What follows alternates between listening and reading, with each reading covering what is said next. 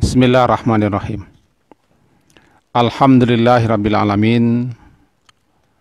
Wassalatu wassalamu ala Rasulillah wa ala alihi wa ashabihi ajmain. A'udzu billahi minasy syaithanir rajim. Bismillahirrahmanirrahim. Wa may ya'mal su'a yujza bihi wala yajid lahu min dunillahi waliyan wala nasira. Surat An-Nisa, surat yang keempat, ayat ke-123.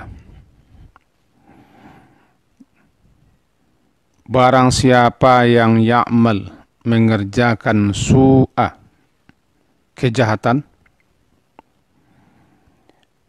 yujza bihi, niscaya akan dibalas sesuai dengan kejahatan yang diperbuatnya itu.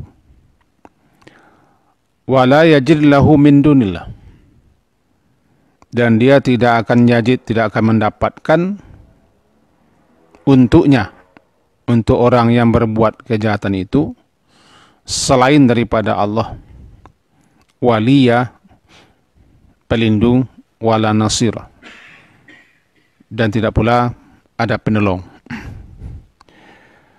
Ayat ini menurut hadis yang diriwayatkan oleh Imam Muslim dan lain-lainnya, disebutkan bahwa sahabat-sahabat Rasulullah sallallahu alaihi wasallam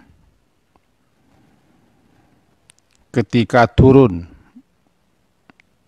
ayat yang baru saja kita baca, itu wa may ya'mal su'a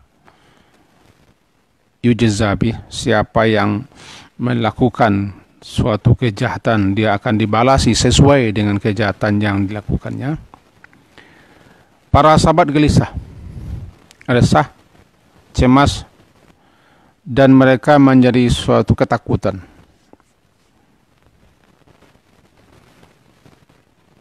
Lalu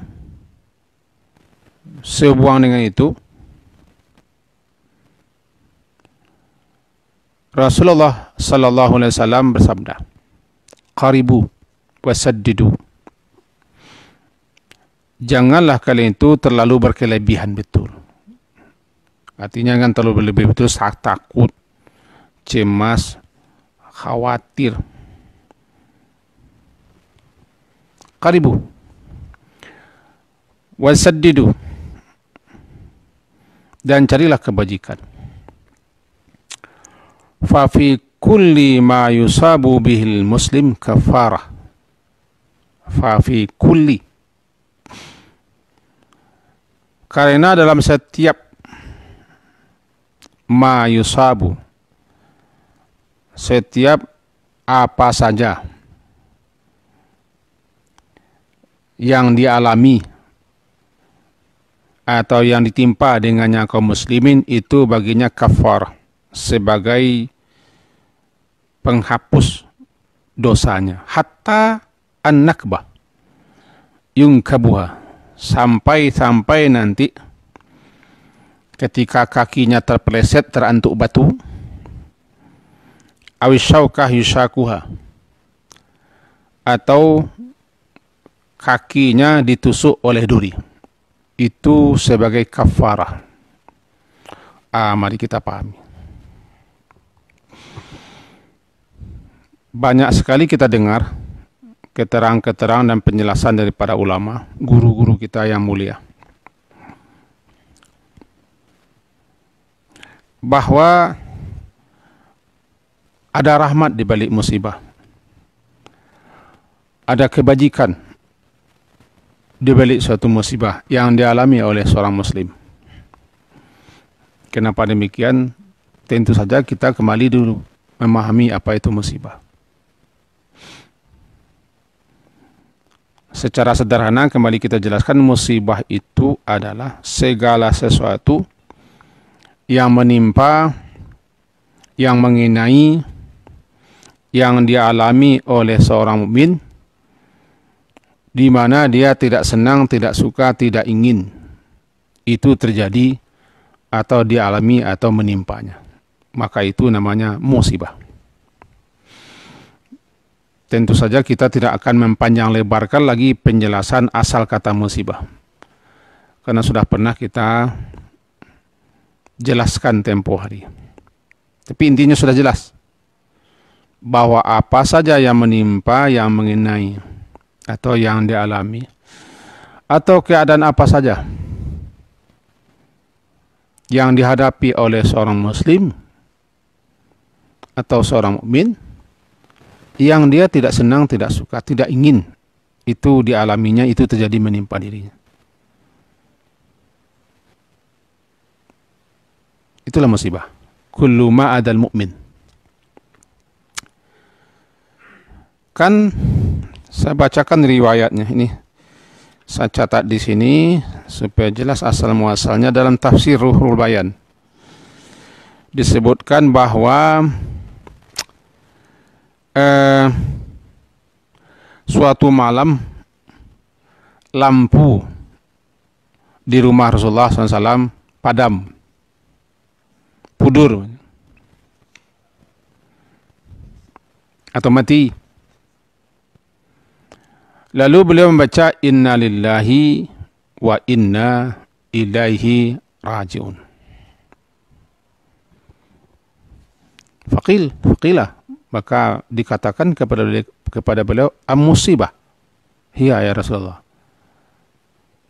Apakah ini musibah ya Rasulullah? Qal, na'am. Iya. Kullu ma adal mu'min fahuwa musibah. Iya benar. Setiap yang mengganggu, yang menyakiti, yang membuat tidak senang, tidak suka seorang mukmin adalah musibah. Tengok nanti tafsir Ruhul Bayan.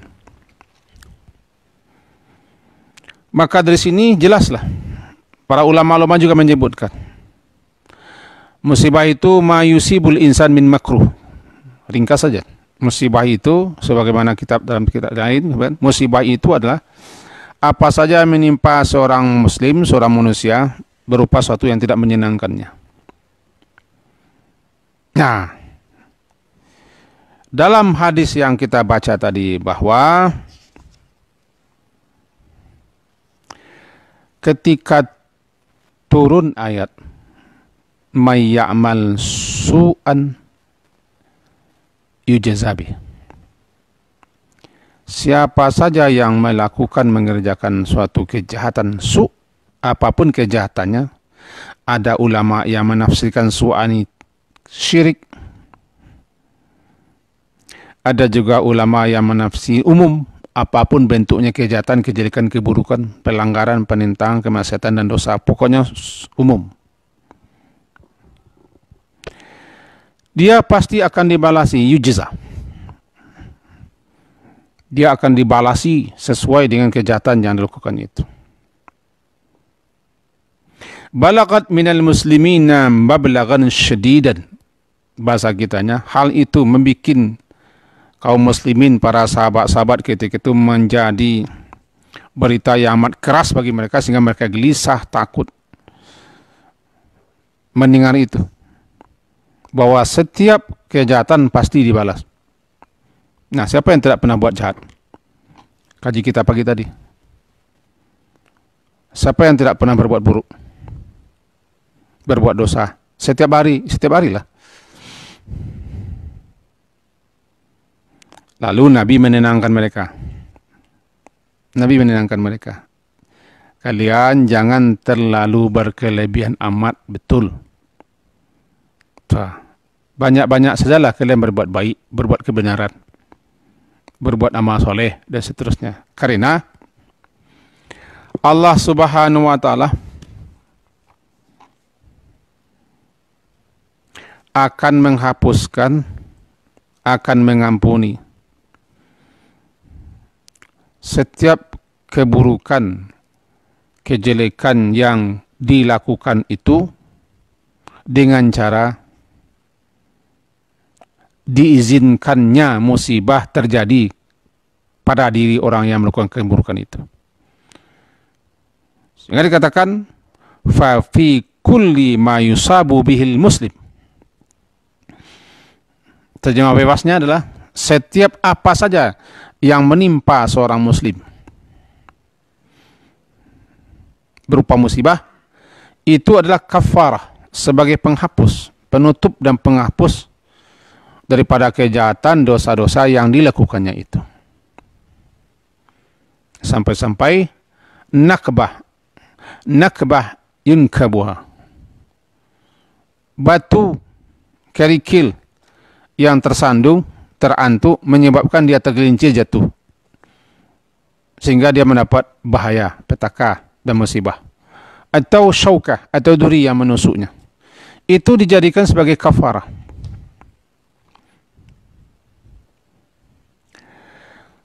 Sehingga disebutkan dalam beberapa riwayat bahwa para ulama-ulama dahulu kala, ketika mereka mengalami suatu musibah, apapun bentuk musibah, mereka langsung mengaitkan dengan dosa, kesalahan dan kejahatan yang mereka lakukan. Adalah orang dahulu ketika kepala mereka pening dan sakit, ketika itu cepat dia mengembalikan, ini musibah. Teringat baginya kesalahannya, kelalaiannya, kekeliruannya, dan kekilafannya.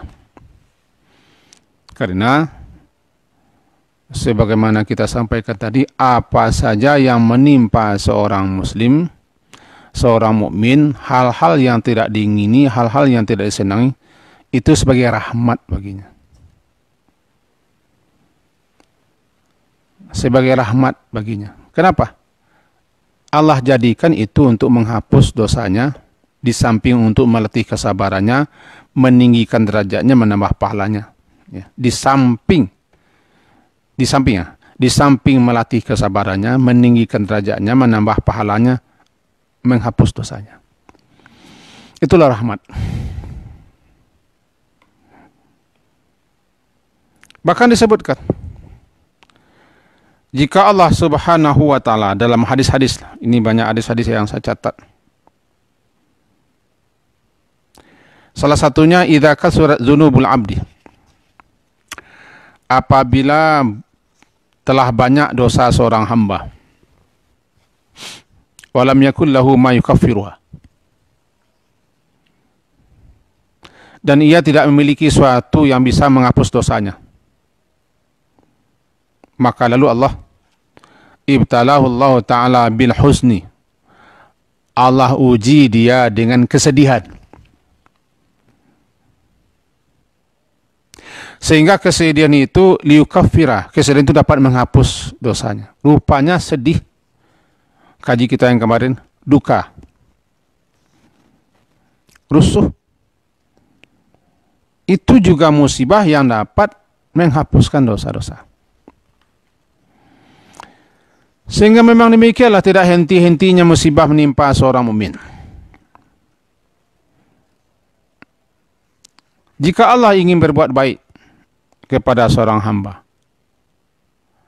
Allah dahulukan balasan keburukan kejahatannya di dunia dengan cara diizinkan terjadi musibah menimpanya. Ketika kita ditimpa musibah, itu pasti izin Allah. Karena tidak ada satu pun musibah yang tidak Allah izinkan. Ma asaba min musibah illa biznillah. Takabun, kemarin kita gaji. Tidaklah terjadi suatu musibah melainkan izin Allah. Kenapa Allah izinkan musibah menimpa seorang muslim, seorang mukmin? Karena Allah ingin berbuat baik kepadanya dengan cara mendahulukan balasan kejahatan, kejelekan, keburukan dosanya di dunia dengan cara dia mengalami musibah, sehingga nanti di akhirat dia tidak lagi mendapat balasan karena sudah dibalasi di dunia. Disitulah kita tidak perlu berprasangka buruk atau berpikiran yang macam-macam sehingga salah duga, salah paham ketika terjadi musibah. Orang yang sudah sampai pemahamannya ketika ini, dia bisa menerima musibah. Bahkan bukan hanya dengan sabar, dia bisa rela. Karena musibah itu rupanya dibagi dua juga. Saya suka membaca ini ya. Itu ma yusibul muslim min nasabin wala wasabin wala hammin wala huznin wala adha wala ghammin hatta syaukah yushakuha illa kafarallahu biha min khataya. Hadis riwayat Imam Bukhari dan Muslim. Bukhari tertera hadis 5642, Muslim tertera hadis 2573. Apa itu? Tidaklah seorang muslim tertimpa suatu kelelahan, nasab, kepenatan, kelelahan. Lah. Wala wasab. Apa wasat? Sakit terus menerus. Wasab. Ada sakit yang dialaminya. Walaham. Khawatir dan kecemas. Khawatir, cemas, takut. Belum terjadi, dia sudah khawatir. Itu namanya ham. Wala huzn. Dan tidak pula dia ditimpa oleh suatu kesedihan. Lantaran sesuatu yang telah terjadi, lalu dia sedih. Wala adha. Dan tidak pula dia ditimpa oleh suatu gangguan. Wala gham. Dan tidak pula dia mengalami suatu kedukaan terhadap yang dialaminya. Hatta syauka. Sampai-sampai duri yang menusuk kakinya. Illa kafarallah. Melainkan Allah hapuskan. Melalui apa yang menimpanya itu kesalahan-kesalahannya. Kita jelaskan sedikitnya. Berdasarkan ini ulama membagi musibah dua.